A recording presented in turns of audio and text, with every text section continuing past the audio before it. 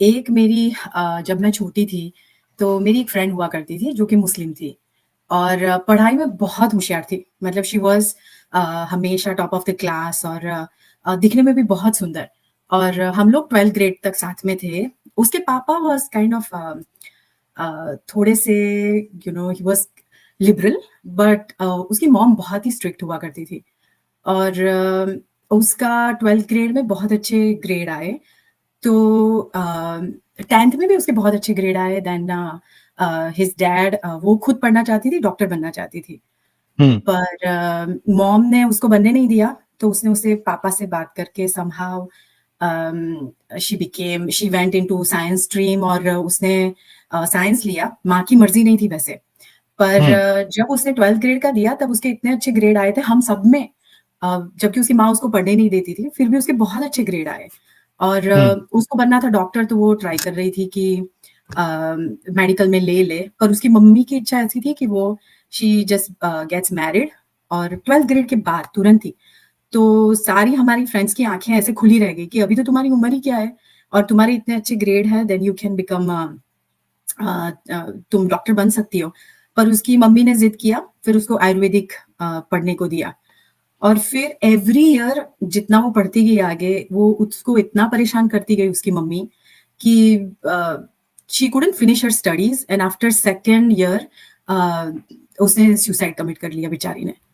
क्या तो मजाक कर रहे हो? सुसाइड? नहीं, मैं मजाक नहीं कर रही हूँ। वो लड़की का मुझे सुसाइड? नाम भी आज याद है। हाँ, उसके घर में इतना ज्यादा उसके ऊपर प्रेशर था कि वो शादी कर ले, शादी कर ले, शादी कर ले, शादी कर ले और उसको इतनी इच्छा थी कि वो आगे बढ़े। और फिर एक टाइम ऐसा हुआ कि उसके पापा ने भी उसको सपोर्ट करना छोड़ दिया और उसकी मम्मी उसको मारती भी बहुत थी। और पता नहीं ये क्या हुआ, क्योंकि मैं तब पढ़ाई करने के लिए कहीं बाहर चली गई थी। तो पता चला कि मेरी मम्मी ने मुझे, जब मैं आई वापस हमारी सिटी में, तो मेरी मम्मी ने बताया कि वो जो लड़की है उसने अनफॉर्चुनेटली शी कमिटेड सुसाइड। तो और तब हमारा इतना 2 साल हो गए थे, इतना कांटेक्ट नहीं था। आई वाज़ सुपर सैड कि पर मैं ना अभी जब सोचती हूँ ना अ, तो मेरे को इतना धक्का लगता है कि तुम अपनी बेटी को इतना ज़्यादा तुम कैसे फ़ोर्स कर सकते हो कि तुम उसको सुसाइड कमिट करने पे she did that. I mean उससे बड़ी चीज़ क्या हो सकती है? राइट। और I and then I wanted to tell you about my own story. मैं अच्छा, 5th इससे ग्रेड में। पहले, चूंकि हाँ, बोलिए। आपने एक सुसाइड का केस बताया, I am really sorry to interrupt you. नहीं, नहीं, अभी बोलिए। जब ये कोरोना जब स्टार्ट हुआ था, जी। उसी के आसपास मेरे ख्याल से एक लड़की का वीडियो वायरल हुआ था। बुरखे में वो लड़की थी, मेरे ख्याल से अहमदाबाद या गुजरात की किधर की थी वो लड़की। ओके। शौहर के साथ नहीं जम रहा था, तो बहुत हाँ, मैंने फाइट्स वो होती सुना थी। और उसने पानी में कूद के। एग्जैक्टली पानी जी। में कूद के। And that time I was a मोमिन। और हाँ। लिटरली मेरी आंख से जब उसकी बातें सुना था मैं, मेरे आंख से आंसू निकल गया था तभी। जी, द वो वे शी वीडियो वाज मैंने भी देखा टॉकिंग सेल्वा में। एंड उसके दिल का दर्द उसकी बातों में नजर आ रहा था। हुँ, मेरे लिए एक बहुत बड़ा हिटिंग पॉइंट ये था उसमें कि उसने वो वीडियो बनाया और उसके बाद फिर न्यूज में काफी चला और पता चला कि वो उसके ससुराल वाले और वो जो उसका शौहर था वो कितना उसको टॉर्चर करता था। हुँ, और हुँ। ये वो सारी चीजें वो सबके सामने आई। जी। और इसके बाप या माँ जो है वो कोशिश कर रहे थे कि किसी तरीके से उसको शौहर के घर पे ही भेज दिया जाए, ये चीजें निपटा के। हाँ।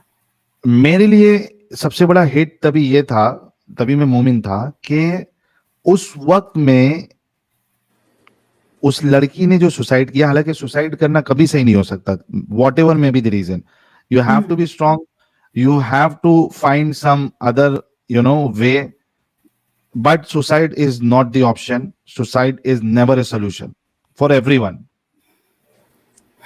ठीक है, मेरे उसने को। लेकिन कर लिया। आपको हाँ। पता है मोमिनों में डिस्कशन ये चल रहा था कि ये जहन्नम में जाएगी, क्योंकि जो सुसाइड कर लेता है इस्लाम के हिसाब से वो जहन्नम जाएगा, वो कयामत तक जो है वो इसी तरीके से बार बार सुसाइड करता रहेगा। अगर कोई पानी में गिर के मरा है तो वो बार बार पानी में गिरता रहेगा, और वो अगर कोई पहाड़ से कूदा, तो इस तरीके की बातें इस्लाम में आती है। तो तो मेरा दिमाग बहुत खाना गया, हालांकि मुझे भी पता था कि इस्लाम के हिसाब से यही है। लेकिन एक बहुत बड़ा हिट मिला था मुझे कि भाई हुँ, तुम ये नहीं देख रहे हो कि वो किस परेशानी में थी, उसने वीडियो बनाया, अपनी बात रखी, एंड देन शी डाइड। और उसमें पब्लिक कह रही है कितना इतरा के बात कर रही है, एक्टिंग कर रही है। तो ये हाल होता है। और मुझे यही लगता है कि वो लोग कितना हेल्पलेस होंगे, कि उनको ऐसा लगता है कि कोई उनको हेल्प नहीं कर सकता है। अपने माँ-बाप से भी वो एक्सपेक्ट नहीं कर सकते अम, कि कोई भी तुमको यहाँ पे हेल्प नहीं कर सकता है, इस दुनिया में कोई तुमको हेल्प नहीं कर सकता है। And that feeling is so heartbreaking कि आप किसी पे भरोसा नहीं कर सकते। सो अम, या और मुझे अपनी कहानी सुनानी थी। जी जी, अ, प्लीज प्लीज। मेरे पापा बहुत अच्छी पोस्ट पे हुआ करते थे विद द गवर्नमेंट। मेरे पापा-मम्मी दोनों काम करते थे और जब मैं 5 साल की थी तो मेरे पापा का एक ड्राइवर हुआ करता था। आई डोंट रिमेंबर ड्राइवर था कि पियून था। अम, और आप कितने हमेशा साल की थी? 5 मैं साल की। 5th ग्रेड में थी। तो आई वाज़ अच्छा। About 12 years old. हम्म। और तब ये जो ड्राइवर था वो मुस्लिम था और अब हम लोग मुझे याद है कि कोई तो फेस्टिवल था, हमारा हिंदू फेस्टिवल था और नए कपड़े अ, मम्मी ने हम लोगों को दिलाए थे और हम मेरे पापा गाड़ी चला रहे थे, आगे मेरा भाई बैठा हुआ था, छोटा भाई और पीछे वो ड्राइवर, बीच में मैं और साइड में मेरी मम्मी थी। और आपको पता है ना पहले के टाइम में मतलब इतने ज़्यादा स्ट्रीट लाइट्स और वो सब नहीं हुआ करता था। हम्म। और वो ड्राइवर ने मुझे गाड़ी के अंदर मेरे माँ-बाप के होते हुए मुझे अब्यूज़ किया था। हम्म। वो काफ़ी कुछ तो कर नहीं पाया पर जितना वो कर पाया उसने I was so shocked that I couldn't talk. Uh, hmm. मेरी आवाज़ भी नहीं निकल रही थी क्योंकि मैं इतना शॉक हो गई थी। पहले मुझे यकीन ही नहीं हो रहा था कि ऐसा कुछ मेरे साथ हो रहा है। मुझे लगा कि मैं सपने में हूँ हम्म। और फिर फाइनली वो चीज़ खत्म हुई। वो आदमी वहाँ से चला गया। पर ये चीज़ मेरे लिए मेरे दिमाग में इतना ज़्यादा बैठ गई थी और बहुत साल तक मुझे ऐसा लगता था कि इट्स माय फॉल्ट कि मेरे साथ ऐसा हुआ। और तब ना मेरे माँ-बाप ने ये चीज़ इतना मैंने उनको बताया भी नहीं बहुत सालों तक। अम, पर मैं बहुत टाइम तक मेरे माँ-बाप से भी अम, नाराज़ थी कि अम, वो लोग मुझे सेव नहीं कर पाए इस चीज़ से। वो लोग क्यों इतने ज़्यादा अटेंटिव नहीं थे कि वो हम्म। ऐसी सिचुएशन ही ना क्रिएट होने दें कि जिसमें मैं किसी भी अनजाने लोग के साथ अकेली रहूँ स्पेशली अम, जो कि मुसलमान था वो और तब मैं ये चीज़ में कनेक्ट नहीं कर पा रही थी कि there is this thing about छोटी लड़कियों के साथ जो ऑब्सेशन रहता है उन लोगों का। ना मेरे माँ-बाप कनेक्ट कर पाए, ना मैं कनेक्ट कर पाई और जब मैं अब मैं आई एम क्वाइट ओल्ड और जब मैं ये पीछे सोचती हूँ ना तब मुझे समझ में आता है कि कोई भी लड़की हो जिसके साथ ऐसा अनफॉर्च्यूनेटली इंसिडेंट हुआ हो अम, वो प्लीज़ अपने आप को ऐसा मत समझे कि इसमें खुद की गलती है। तुम्हारी कोई भी गलती नहीं है उसमें। उसको just it's very hard to get over it and I was feeling that I'm dirty for a long time because of that और मैं बहुत टाइम तक मैं ऐसे ही सोचती रही कि मेरे में कुछ गलती है जो मेरे साथ ऐसा हुआ और वो चीज़ मुझे बहुत टाइम तक अफ़ेक्ट करती रही। पर हम्म। अब मुझे पता है, अब मैं जानती हूँ पर अब मेरे खुद के बच्चे हैं और मैं मेरे बच्चों के साथ और मैं उनको बताती हूँ कि तुम जहाँ पे भी हो तुम सचेत रहो। मैं ट्राई करती हूँ कि वो ऐसी सिचुएशन में ना आए जहाँ पे वो किसी के भी साथ अकेले हों। पर प्लीज़ अगर आपके घर में छोटे बच्चे हैं, बच्चियाँ हैं, लड़के भी हैं हमेशा ये ध्यान रखिए कि वो कहाँ पे जा रहे हैं, किसके साथ बैठ रहे हैं क्योंकि ये चीज़ it's more common than you can think of. ये बहुत कॉमन चीज़ है। और कोई उसको बाहर नहीं लाता है क्योंकि उसके साथ बहुत सारी शेम जुड़ी हुई है। और मैं फॉर्च्यूनेट थी कि मेरे साथ और बड़ा कुछ नहीं हुआ। वो आदमी के साथ मुझे अकेला होने का चांस नहीं मिला तो मेरा रेप नहीं हुआ। Um, but it was just before that और ये सब मेरे माँ-बाप के सामने हो रहा था। और किसी को कुछ पता भी नहीं चला। सबसे शॉकिंग हम्म। बात और आप सोचिए कि उसकी हिम्मत कितनी है कि वो सरकारी नौकरी में होते हुए भी ये सब कर रहा है, उसके बॉस की बेटी के साथ, वो उसकी हाज़िरी में। हम्म। मतलब इतने वो लोग क्या बोलते हैं उनको they are just so out bold कि वो तुमको उसका कोई फर्क नहीं पड़ता है, तुम कहाँ पे हो नहीं हो, तुम्हारे साथ कुछ भी हो सकता है. So please be careful with your kids, tell them कि ये चीज होती है. उनको हमेशा सावधान होने को बोलिए, या तो उनको बोलिए कि साथ में एटलीस्ट पेपर स्प्रे लेके चले, छोटा सा चाकू लेके चले. जो भी वो अपने आप को तभी के तभी सेव कर सके वो चीज उनको सिखाना जरूरी है. और लड़कियों को ये डांस वांस आप सिखाते हैं, सुंदर छोटी पतली नाजुक मेरी बेटी है, उससे अच्छा है कि तुम्हारी बेटियों को मजबूत बनाओ, उसको सेल्फ डिफेंस सिखाओ. वो जो मजबूती है और उसके साथ जो कॉन्फिडेंस आता है वो सबसे सुंदर वही है. और आपको साहिल जी, एडम जी, आप जब भी यूएस में आए तो प्लीज आप कीप इन टच. मैं आपको होस्ट करना चाहूंगी यहाँ पे. आप ऑलवेज एनी टाइम वेलकम. और thank you so much for giving me this opportunity.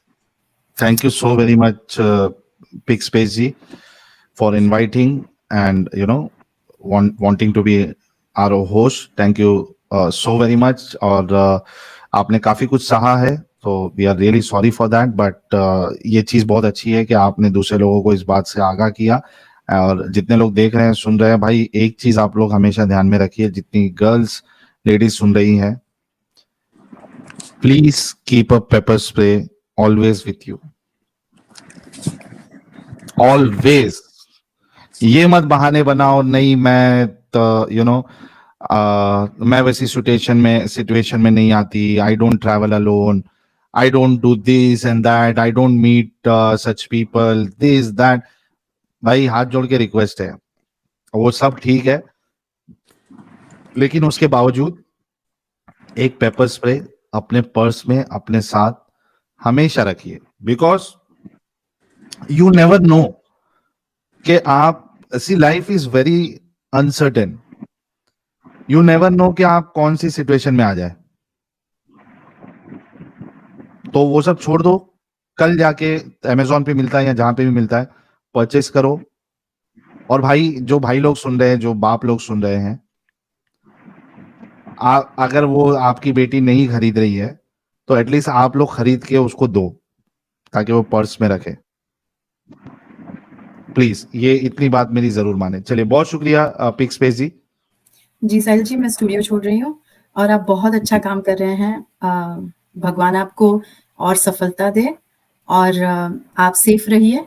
Adam जी को भी मेरा नमस्ते अगर वो आए तो, और सब एक्स मुस्लिम को हमारी तरफ से ढेर सारा प्यार. Thank you so very much. Please take care. नमस्ते जी. नमस्ते.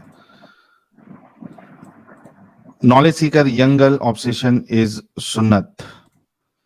ज्ञान सक्सेना कह रहे हैं, Sahil please use the cutting of some experiences of today's participant sister to open the eyes and protect other girls. Secularism is pain of Hindus. Thank you so very much, Gyan Saxena bhai. I'll definitely ask my editor to crop some videos. Shine bhai keh rahe, Sahil bhai, that Faria Faraji's new epic music video on YouTube, the Persian Empire's battle with Spartan Greek, is called Thermopylae 480 BC, in which he sings in Old Persian language assist of Sanskrit. तो guys ये हमारे shine भाई ने एक movie suggest की है, तो please आप लोग इसको जरूर देखें. Thank you so very much shine भाई.